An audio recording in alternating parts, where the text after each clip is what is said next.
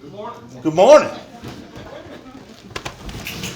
Julie Andrews in Sound of Music said, let's start at the beginning. It's a very good place to start. So that's what we will do. If you want to open your Bibles and follow along, if you can find the end of the book of Genesis, we'll be there for the entire message. Like the end of a basketball, the last minute of a basketball game, it'll take me about that long to make my point. However, you got to stay through the whole game just to get there. The promise to Abraham, you're looking for Genesis 37 if you want to go ahead and go there. The promise to Abraham is reiterated in several places. There are three promises, a land promise, a seed promise, and a blessing. And the land promise is the one that we're going to focus on just a little bit this morning because it's important to the story of Joseph and his bones. In Genesis chapter 17 and verse 8, the promise is reiterated. God says that he will give to Abram or to Abraham and to his offspring after him the land of your sojournings, all the land of Canaan for an everlasting possession, and I will be their God. The land of Canaan.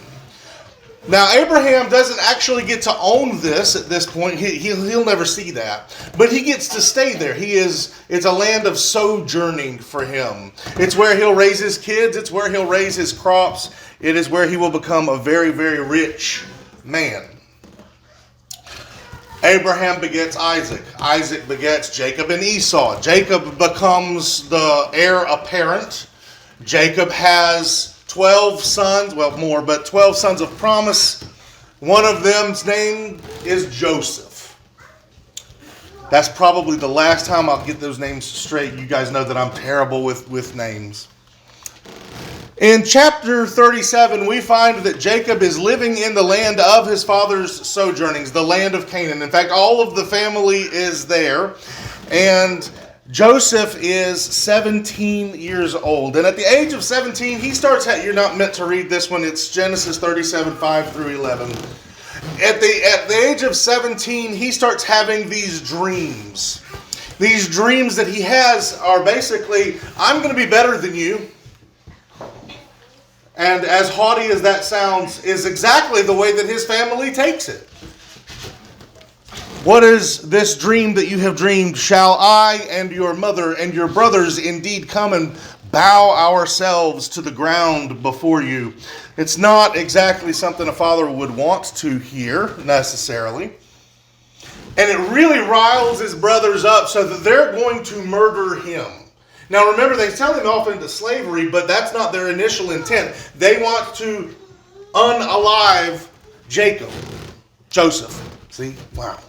They want to unalive Joseph. There's a suggestion, rather, that they sell him into slavery. They dip his coat of many colors in blood, and they take it back to his father. So they sell him for the price of a slave, and they take this coat back to the father. And the reaction of Israel, or of Jacob, the reaction of his dad, is to mourn. All his sons and all his daughters rose up to comfort him, but he refused to be comforted and said, "No, I shall go down to Sheol to my son, mourning." Thus his father wept for him. Sheol meaning the grave or the land of the dead.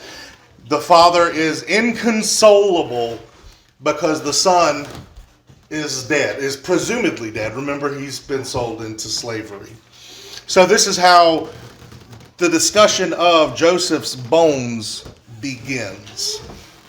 Now, once he is sold by the Midianite slavers, he finds himself in the possession of a man named Potiphar. Potiphar is a guard for Pharaoh, and in fact, part of his job title is the butcher. And so there's actually a little bit of debate. He can be of one of two titles. He can be like a Green Beret style. He can be an army ranger. He might even be as awesome as to be in the Coast Guard. You're welcome. Or he can be the cook. He can be over the king's forest and making sure that Pharaoh stays well supplied with food. Probably something more militaristic. Potiphar takes him in, and he sees that Joseph is a good manager of sorts, And then anything he puts his hands to seems to be blessed. So he raises him up in rank so that in Potiphar's household, which is quite affluent, very rich, he is the number 2 guy. And so we'll come back to a couple of these same verses in a moment. But in speaking to Potiphar's wife, Joseph says, "Behold, because of me, my master has no concern about anything in the house, and he has put everything that he has in my charge. He is not greater in his house than I am, nor has he kept back anything from me except you." He says in another verse that the only thing he has to worry about is his own food. Like, that's the last thing I want to have to worry about. But he has been blessed. It's because of the kind of man that he is. And this is, I was discussing with Patrick earlier, there's an anime character that he and I happen to know about, that it doesn't matter what it seems to be, everything's rosy. Everything's positive. I know the outcome of the thing before we even get started. I may not know exactly how it's going to happen, but I have confidence. I have confidence in my God. I have confidence in what it is that I'm supposed to be doing, and I know that I'm going to do that. So I can walk through the day with a smile on my face, knowing that I'm entrusted by God, and that I'm blessed by Him, and that I'm going to be fine. What a great attitude or disposition to have. And so when it comes back to go back to whenever he is taken by his brothers and to be killed, but then later just to be sold, he doesn't fight back against them. I know someone else who is sold for the price of a slave and purposed to be killed, who doesn't fight back against his oppressors. Whenever he has everything in Potiphar's house at his disposal, at his control, the only thing that he's not allowed to touch is Potiphar's wife. And the only temptation that we read of here is that she would really rather him do that. Day after day, we read, she says, "Lie with me." And in fact tries to trap him at one point where he flees the house and lands in jail. And even while he finds himself in prison, in jail, he's positive. He is deciphering dreams or interpreting dreams for those who are there in jail with him. Good news and bad. And he says to the one who's going to get out and be returned to the service of the Pharaoh, "Hey, I'm innocent here. And I'm going to cling to my innocence, and I'm not going to fight with the guards, and I'm not going to fight with the jailers. I'm not going to be of negative disposition. I know where I am. I know what my God wants me to be. I'm an innocent man, and eventually I will be delivered from here." And he doesn't detail it like that, but it matches the attitude that he portrays both before and after he gets out of prison. The words in Genesis chapter 40, verse 15, "And here also I have done nothing that they should put me into the pit." It said there's a couple of words right before that I want to read, and it's to go back to that idea of the land where we started. It says he was stolen out of the land of the Hebrews. The land of the Hebrews. It actually is still the land of Canaan. That doesn't belong to them except that it's been promised by God. And so that's what he counts on. That's where his mind is. If God has promised it, then we're there. Has God promised your salvation? Then you're saved. Has he promised this promised land to you? Then it's yours. Are there still wranglings that you have to go through before we finally find ourselves there? Absolutely. But I know the outcome of the thing. And that is, if God has promised it, that's the way it is. Jerry.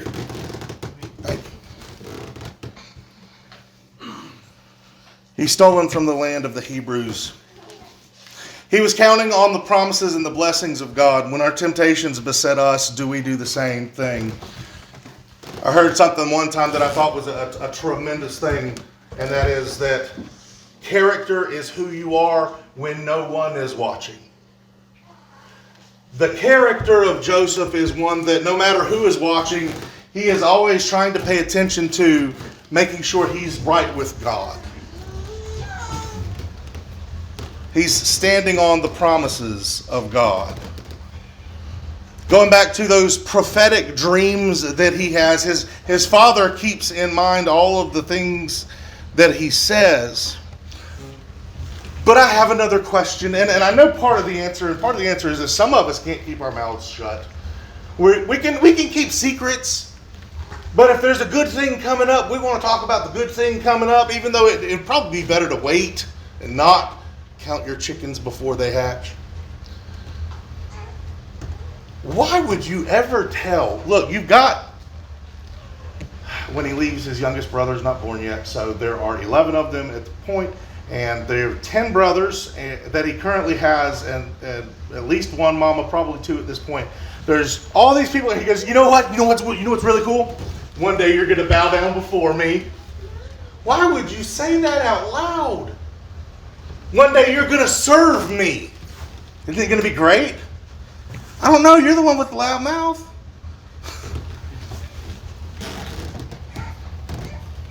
He's focused on God's promises. If God has told him this is what it is, then why would you ever not say it?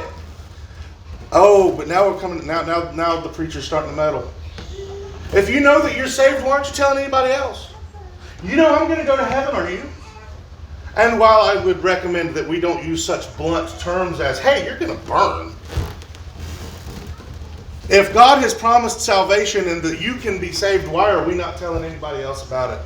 Even in Joseph's loudmouthy condition here, where you say you probably want to keep that to yourself, we take that too much to heart sometimes. Well, why are you keeping your salvation to yourself? Why doesn't anybody else know about it? And I would also venture to say that sometimes we do that because we're not maybe as good as Joseph, as relying on the promises of God, always remembering every day long that he has you held in the palm of his hand. That we're looking to him, that we're making the decisions that he would have us make instead of decisions we would like to make for ourselves. Meaning, people see us sin and it makes it hard to try to offer them salvation after we look foolish in the eyes of our own God. That's why we would open our mouths and speak. And he was right.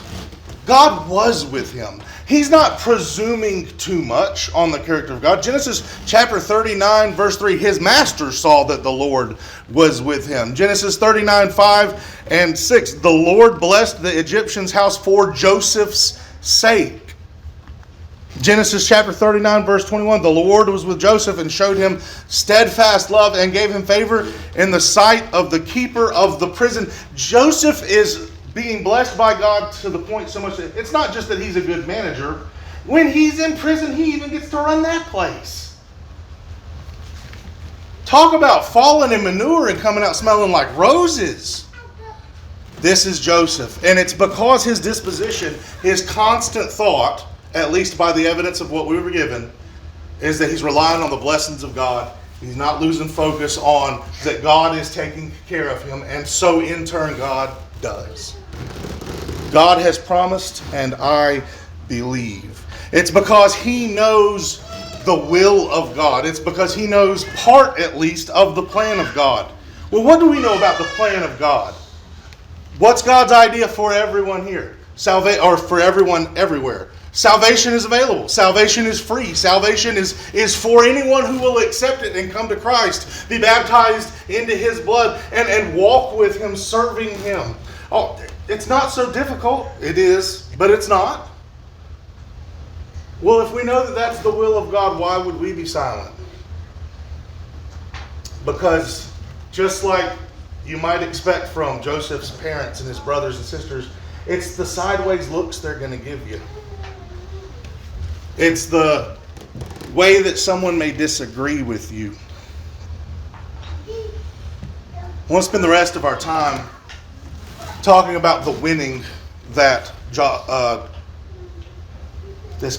that Joseph has got going on, and compare some of that to what we might expect, think, or do.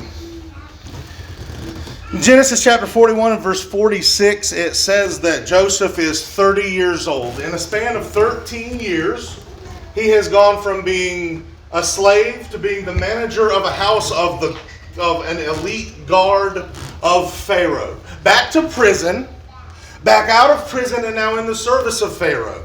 That's a rough 13 years. That resume must be really long. Good stuff, bad stuff, good stuff, bad stuff. At 30 years old, he's running the largest nation in the entire world. And you can go through history and look at this, and we'll talk about some of it in a moment. This is, before we get to Babylon, this is the largest nation in the world, the most powerful nation in the world. Genesis chapter 41, verse 40 through 45, we'll read of how he is blessed by Pharaoh. Pharaoh says to Joseph, "You shall be over my house, and all my people shall order themselves as you command. Only as regards the throne will I be greater than you." And Pharaoh said to Joseph, "See, I have set you over all the land of Egypt." Then Pharaoh took his signet ring from his hand and put it on Joseph's hand, and clothed him in garments of fine linen, and put a gold chain about his neck. He made him ride in his second chariot, and they called out before him, "Bow the knee." Thus he set him over all the land of Egypt. Moreover, Pharaoh said to Joseph, "I am Pharaoh, and without your consent no one shall lift up a hand or foot in all the land of Egypt." And Pharaoh called Joseph's name Zaphanath-Paneah, and gave him in marriage Asenath, the daughter of Potiphar, priest of On. So Joseph went out over all the land. So Joseph went out over the land of Egypt. He gave him the best garments. He gave him big jewelry. He gave him Air Force 2 to ride around in.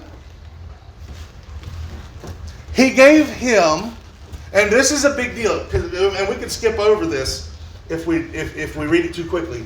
He gave him one of the heiresses of the priestly caste of people.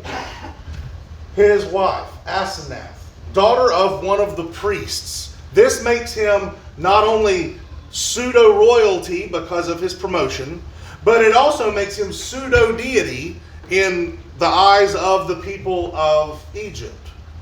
He's not. He's just part of the priesthood, but by marriage. I guess that would make him a priest-in-law. But it's a big deal. It's not just like, hey, here's a pretty girl, would you like to marry her? He's marrying, well, she's marrying up at this point. But for a guy who was in prison not too long ago, he's not doing too bad either. He's number 2 of the largest nation in the entire world. And Pharaoh says, and I'll let you be in charge of all of it.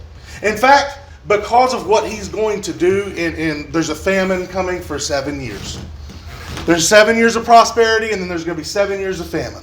And what Pharaoh says is, you're going to be in charge of making sure that we're okay. Not only are they okay, they're selling grain in the middle of this famine to the entire world. Because Joseph has done such a good job. And this idea of going out over the land of Egypt is that he's surveying. He goes, we're going to plant crops here. We're going to store crops here. We're going to put animals over there. And he reorders and organizes the entire nation of Egypt. Pharaoh gives Joseph an Egyptian name. See, the problem is this. He's not from here. And they're not going to accept him. He is a Hebrew. There's going to be a melanin difference. He's going to have a different color skin ever so much or ever so slightly. He's going to look different. He's going to have different customs. He's probably not going to shave his head, which is so common with the pharaohs. But Pharaoh has done everything he possibly can to make him look like he's from here. He's done everything, but y'all might say he's even helped him grow his Kentucky waterfall. He gave him an Egyptian name. He gave him an Egyptian wife. He gave him an Egyptian title. He gave him the throne. He's done everything. He's got people going out saying, you've got to bow down to Joseph. He said, you're going to look like you're from here. But the Pharaoh himself doesn't even keep up with that. Because that's not who Joseph is. He's not an Egyptian. His goal in life is not to become the best Egyptian or to take over the Pharaoh seat, the kingship of Pharaoh. And there's so much difference there that is still noted that even in the future, when Pharaoh talks with Joseph or talks with Joseph's servants or those who are dealing with him, he still refers to him as Joseph, even though he's got this Egyptian name. Joseph rejects the naturalization that is meant for him. The meaning of that name is unknown, or I would be happy to give it to you, but there's a lot of dispute over what his Egyptian name actually means. He's second only to the Pharaoh. The Pharaoh at the time, by most scholars, agree that it is Senreset the first. Here's a Polaroid that Joseph took of him when they were golfing one day. The Middle Kingdom, if any of the history of Egypt or Egyptology matters to you, it is the Middle Kingdom, the 12th dynasty, and the years are 1971 to 1926 BC.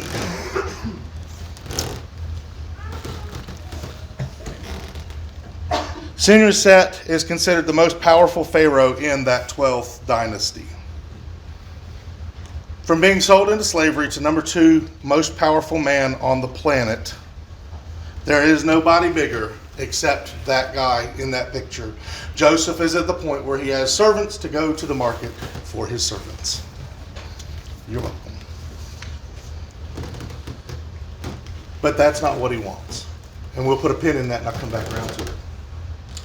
Joseph is sold into slavery by whom? His brothers. They wanted to do what? Kill him in the first place. Now, guess what happens?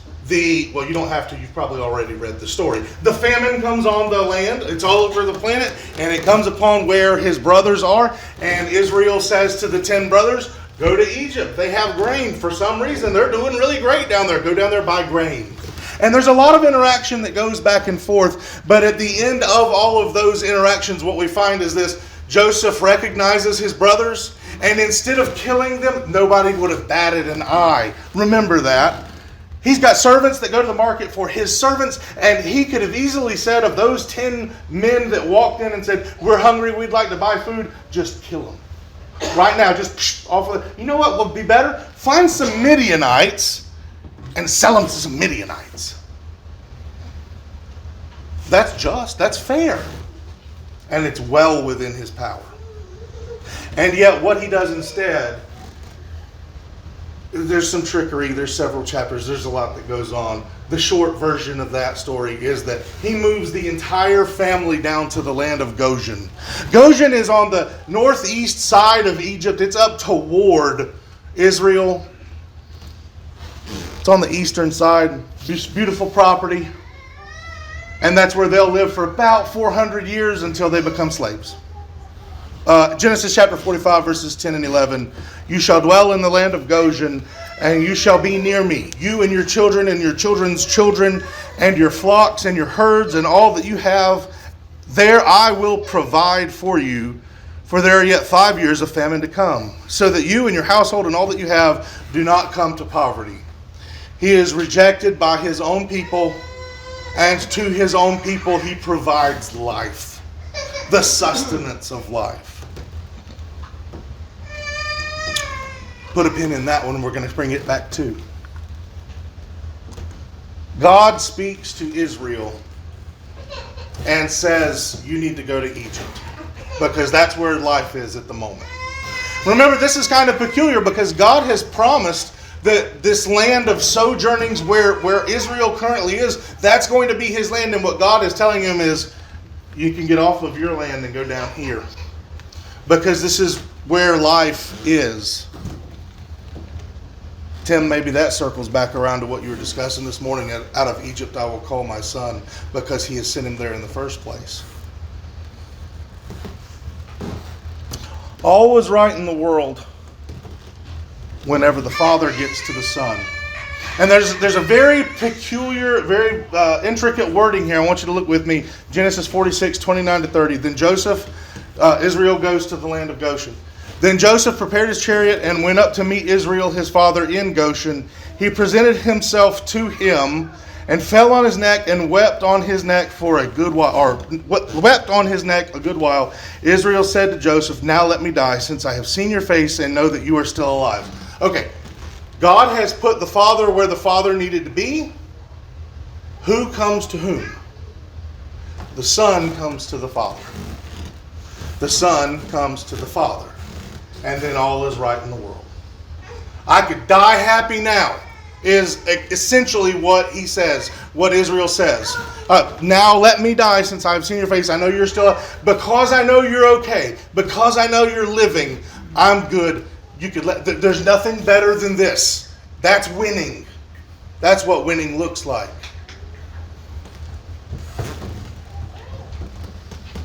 At the beginning of the story, nothing in the world was right because the son was dead. At the end of the encounter, everything in the world is great because the son is alive and the father knows it and they're together. How thinly veiled is that? If you walk away from your relationship with God, if you leave the Father, if He knows that you're dead in your sins and your trespasses, there is nothing right in the world. Everything is wrong. You've got no future. It's terrible. The Father hates it and He cries over it. And how did it put it? He's inconsolable. Nothing will make Him okay because you're lost in your sins. You're dead in your trespasses. But if you'll come to Him, He's waiting. He's in the right spot. He is ready. He's in a place where life is, where you can have that eternally. And there's nothing better. There's absolutely nothing better than your salvation and the Father knowing that you are right in His sight. There's nothing better. Jerry, thank you.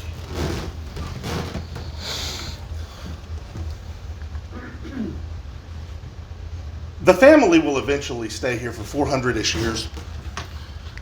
And then God will rescue them. Joseph says this before he dies. Genesis chapter 50, starting in verse 24. Joseph said to his brothers, I'm about to die, but God will visit you and bring you up out of this land to the land that He swore to Abraham, to Isaac, and to Jacob. Then Joseph made the sons of Israel swear, saying, God will surely visit you, and you shall carry up my bones from here. So Joseph died being 110 years old. They embalmed him, and he was put in a coffin in Egypt. Why would he word it this way? God will visit you. Because God is the one who put the family there. He told Isaac to go. He is the one who had whatever providential hand in making sure that Joseph was taken there by the Midianite traders. It doesn't explicitly say that he did that, but if we don't think that God's going to do things the way He wants to, we're missing another point. God has arranged that this is where they will be.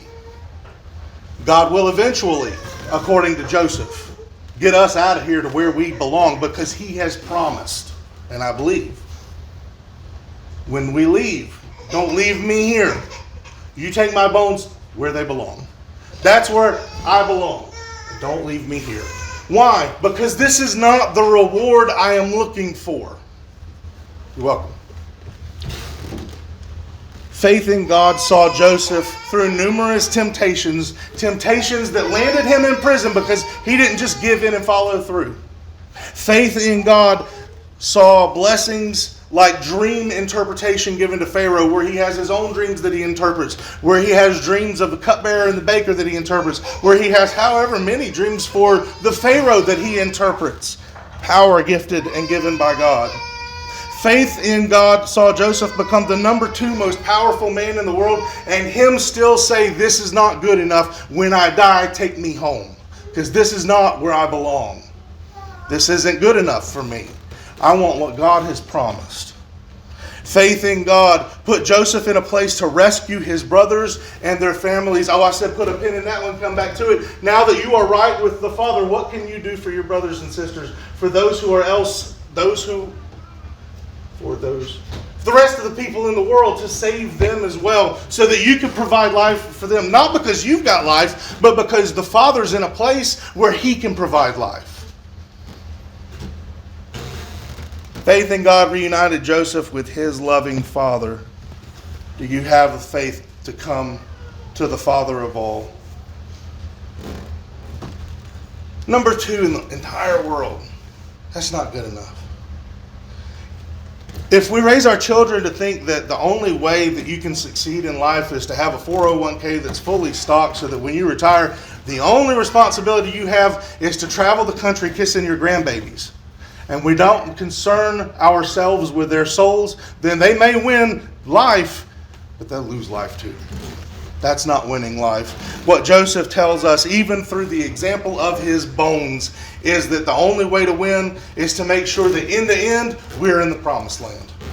In Hebrews chapter 11, verse 22, by faith Joseph at the end of his life made mention of the exodus of the Israelites and gave direction concerning his bones. He's commendated here. Commendated? Sure, at this point.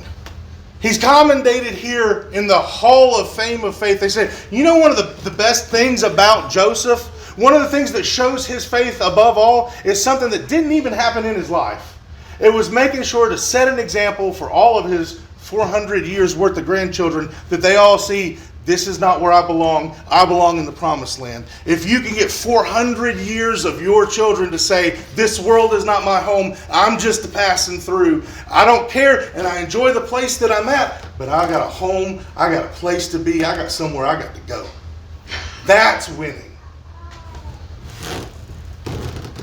No matter what we achieve in life, if we do not have an eternal resting place in God's promised reward, we have missed it. Period.